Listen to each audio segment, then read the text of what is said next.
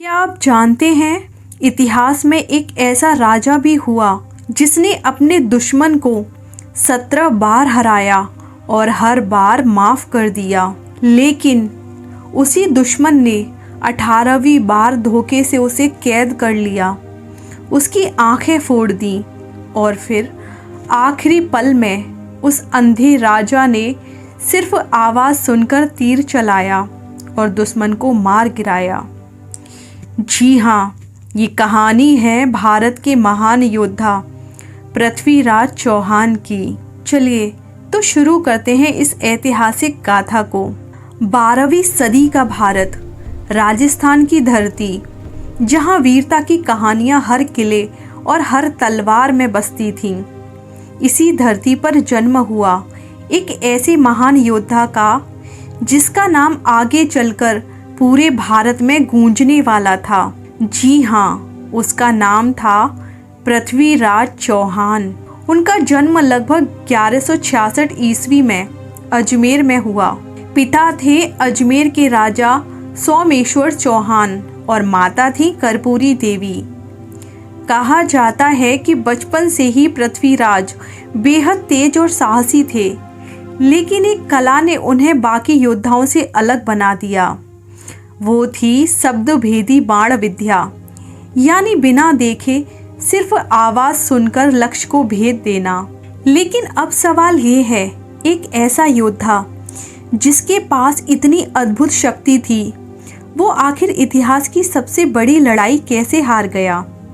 तो इसका जवाब छुपा है एक गहरी दुश्मनी में। कहा जाता है कि पृथ्वीराज चौहान के नाना थे दिल्ली के राजा अनंगपाल तोमर। उनके कोई संतान नहीं थी, इसलिए उन्होंने अपनी बेटी के बेटे यानी पृथ्वीराज चौहान को दिल्ली की गद्दी सौंप दी।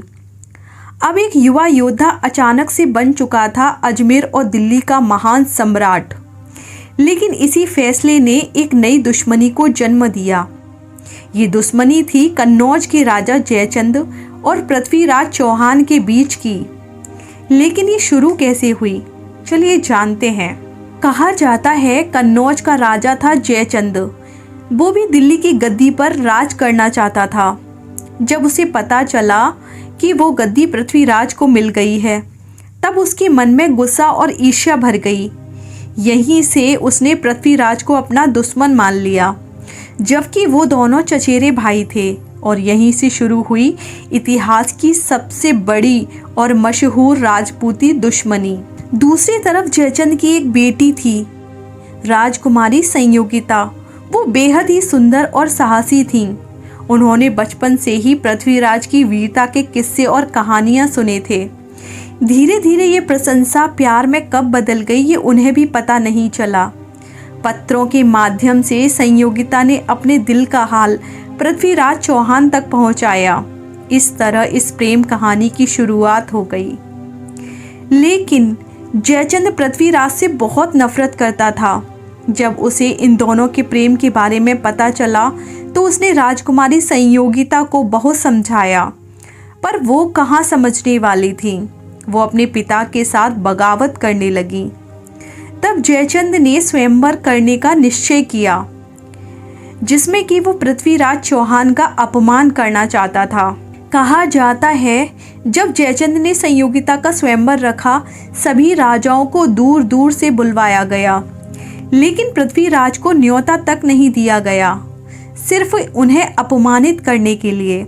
इतना ही नहीं, उसने उनकी मूर्ति द्वारपाल के रूप में बनवाकर उसे दरवाजे पर पहरेदार की तरह खड़ा कर दिया, ताकि सबके सामने पृथ्वीराज चौहान का मजाक उड़ाया जा सके।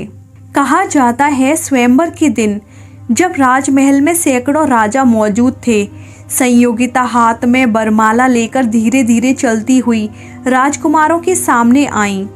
लेकिन उन्होंने तभी सभी राजाओं को छोड़कर सीधे जाकर पृथ्वीराज चौहान, जो द्वारपाल के रूप में दरवाजे पे खड़े हुए थे, उसी मूर्ति को राजकुमारी ने बरमाला पहना दी।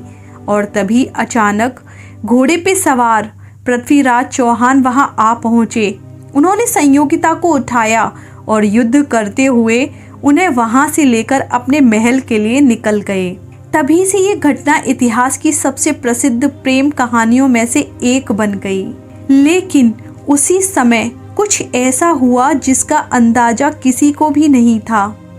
भारत की सीमा पर एक और खतरा तेजी से बढ़ रहा था। जी हाँ, एक ऐसा आक्रमणकारी जो बार बार भारत की ओर आ रहा था। उसका नाम था मोहम्मद गौरी।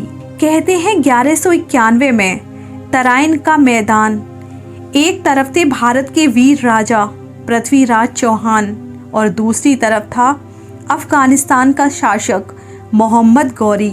उन दोनों के बीच में भयंकर युद्ध हुआ, लेकिन अंत में गौरी की सेना टूट गई, बिखर गई और हार गई। और तभी गौरी पृथ्वीराज के सामने कैद करके लाया गया। वो हाथ जोड़े खड़ा था, पृथ्वीराज से क्षमा याचना कर रहा था। तभी पृथ्वीराज ने वो गलती की जो इतिहास की सबसे बड़ी गलती कहलाई। वो थी, उन्होंने गौरी को माफ कर दिया और जाने दिया। यहीं पर इतिहास का सबसे बड़ा सवाल उठता है। पृथ्वीराज उसे मार सकते थे, बंदी बना सकते थे, लेकिन उन्होंने कहा राजपूत दुश्मन को मारता नहीं, उसे माफ कर देता है। और उन्होंने ऐसा बोलकर गौरी को छोड़ दिया। इतिहास बताता है कि उनकी यही दया आगे चलकर इतिहास की सबसे बड़ी गलती बन गई, क्योंकि गौरी फिर वापस आया, फिर से युद्ध हुआ, फिर से हार हुई और ऐसा एक बार नहीं 17 बार हुआ। लेकिन हर बार पृथ्वीराज ने उसे माफ कर दिया। और वहीं दूसरी तरफ पृथ्वीराज का सबसे बड़ा दुश्मन जयचंद पृथ्वीराज से बदला लेने के लिए तड़प रहा था। और तभी उसने सबसे खतरनाक कदम उठाया। उसने मोहम्मद गौरी से जाकर हाथ मिला लिया। अब भारत के खिलाफ दो लोग खड़े थे, एक विदेशी आक्रमणकारी और दूसरा भारतीय राजा जयचंद, जो दोनों मिल चुके थे। तभी 1192 में तराइन का मैदान फिर से युद्ध का गवाह बन गया। लेकिन इस बार गौरी ने चालाकी और धोखे का सहारा लिया। राजपूत सेना को रात के अंधेरे में चारों तरफ से घेर लिया और इतिहास का महान योद्धा पृथ्वीराज चौहान को धोखे से कैद कर लिया गया। कहा जाता है बंदी बनाने के बाद भी गौरी को उससे बहुत डर लगता था। उसे पता था कि अगर कोई गलती की तो पृथ्वीराज इस बार उसे माफ़ नहीं करेगा। डर और खौफ की वजह से गौरी ने पृथ्वीराज चौहान की आंखें फोड़ने का आदेश दे दिया ताकि वो आगे कुछ कर न सके। अब भारत का महान योद्धा पृथ्वीराज चौहान अंधा हो चुका था। कहा जाता है कि पृथ्वीराज चौहान यहाँ पर अकेले नहीं थे। उनके मित्र और कवि चंद्रवर दाई वहाँ उनके पास पहुँच गए। उन्हें पता था कि पृथ्वीराज चौहान को शब्दभेदी वाण की कला आती है। उन्होंने एक आखिरी योजना बनाई। उसी योजना के तहत एक दिन गौरी ने मजाक उड़ाने के लिए पृथ्वीराज को दरबार में बुलवाया।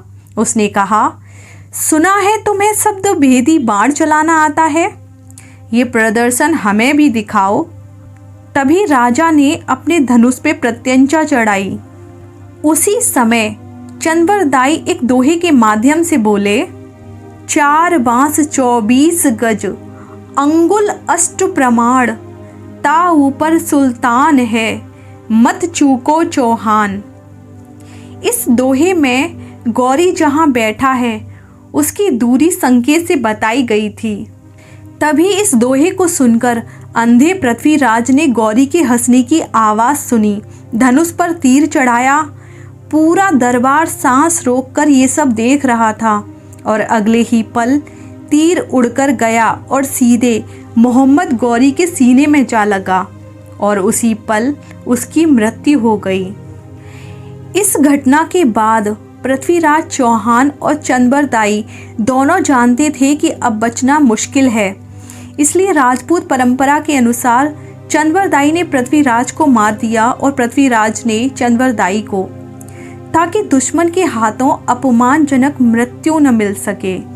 पृथ्वीराज चौहान हार कर भी जीत गए, क्योंकि उनका साहस कभी नहीं हारा। उन्होंने साबित कर दिया कि एक सच्चा योद्धा वही है जो अपनी आखिरी सांस तक लड़ता है। और यही वजह है कि आज भी भारत के इतिहास में उनका नाम लिया जाता है सम्मान, गर्व और वीरता के साथ।